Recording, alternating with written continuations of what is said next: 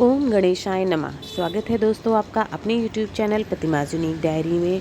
दोस्तों, हम सब जानते हैं कि गणेश भगवान को दूर्वा अत्यंत प्रिय होती है और पूजा पाठ में उनको दूर्वा जरूर चढ़ाई जाती है।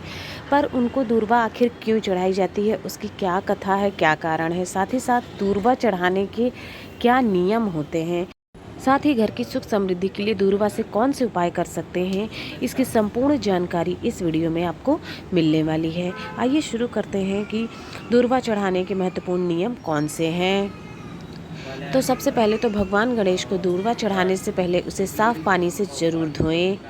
इस बात का ध्यान रखें कि दूर्वा किसी मंदिर, बगीचे या साफ स्थान पर उगी ही होनी चाहिए।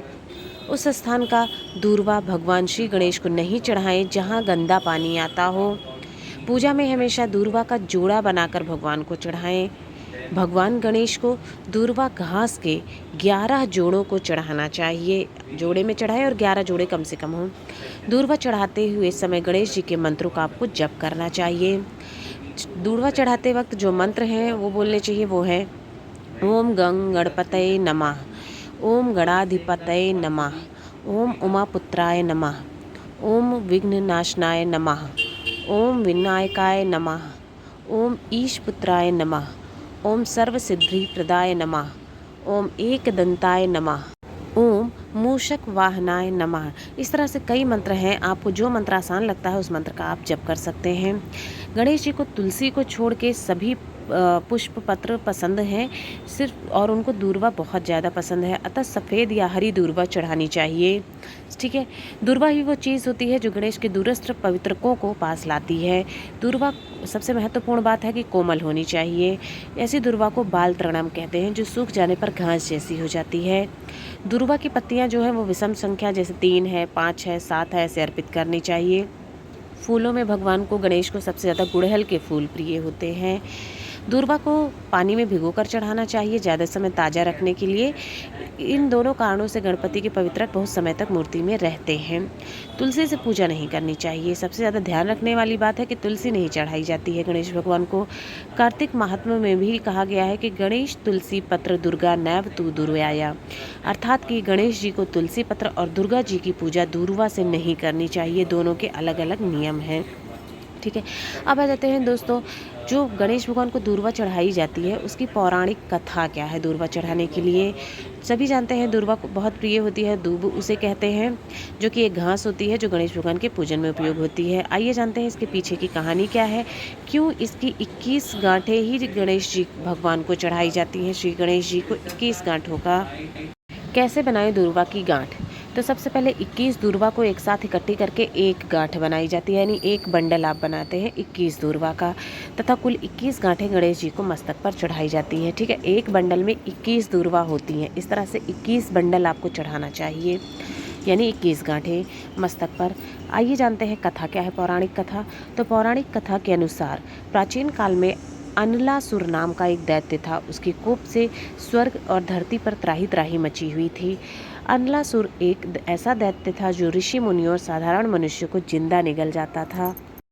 इस दैत्य के अत्याचारों से त्रस्त होकर इंद्र सहित सभी देवी देवता, ऋषि मुनि भगवान महादेव से प्रार्थना करने जा पहुँचे, और सभी ने महादेव से यह प्रार्थना की कि वे अनलासुर के आतंक का खात्मा करें। तब महादेव ने समस्त देवी देवताओं और ऋषि मुनियों की प्रार्थना सुनकर उनसे कहा कि दैत्य अनलासुर का नाश केवल श्री गणेश ही कर सकते हैं। फिर सबकी प्रार्थना पर गणेश भगवान ने अनलासुर को निगल लिया। तब उनके पेट में बहुत जलन होने लगी। इस परेशानी से निपटने के लिए कई प्रकार के उपाय करने के बाद भी जब गणेश जी के पेट की जलन शांत नहीं हुई, तब कश्यप ऋषि ने दूर्वा की 21 गांठें बनाकर श्री गणेश को खाने को दी। यह दूर्वा श्री गणेश जी ने ग्रहण की, तब जाकर कहीं उनके पेट की जलन शांत हुई।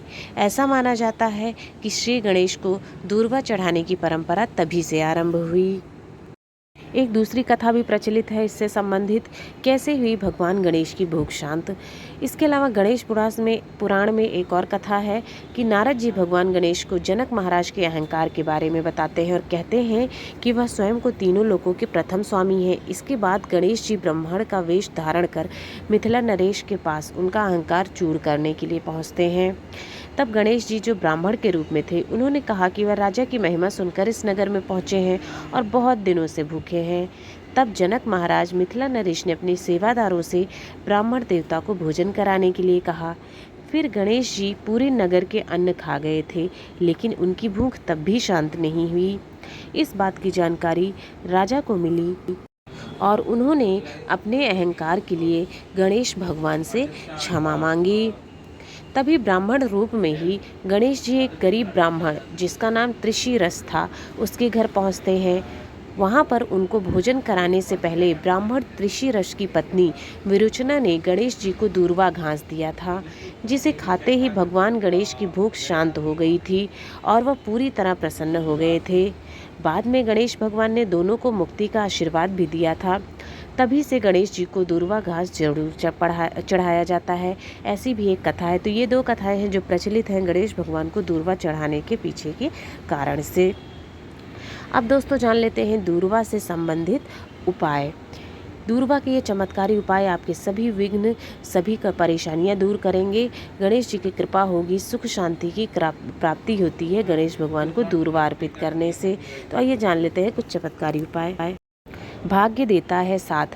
अगर आपके बनाए गए कार्य अटक जाते हैं तो सफ़ेद गाय के दूध से सफ़ेद दूर्वा का घास का एक लेप बनाएं और फिर उसका हर रोज़ तिलक लगाएं।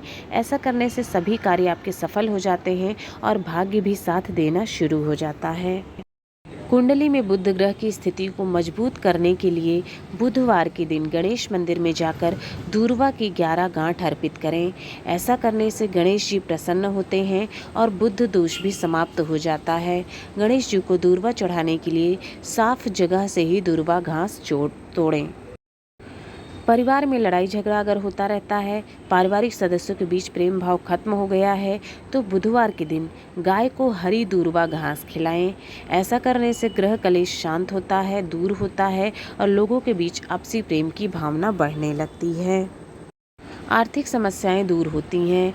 जीवन में अगर आर्थिक समस्याएं बनी रहती हैं, कर्ज से परेशान हैं, तो बुधवार या गणेश चतुर्थी के दिन भगवान गणेश और माता लक्ष्मी की विधिवत पूजा अर्चना करें और 5 दूर्वा में 11 गांठ लगाकर अर्पित करें। ठीक है। साथ ही हर रोज ऋणहर्ता गणेश स्तोत्र का पाठ करें। ऐसा करने से धन से संबंधित समस्या का अंत होता है और कर्ज में कमी आती है। भगवान गणेश का आशीर्वाद पाने के लिए नौकरी व व्यापार में उन्नति के लिए बुधवार के दिन 11 या 21 गांठ दूर्वा की अर्पित करनी चाहिए। लेकिन इस बात का ध्यान रखें कि हर दूर्वा जोड़े में ही हो।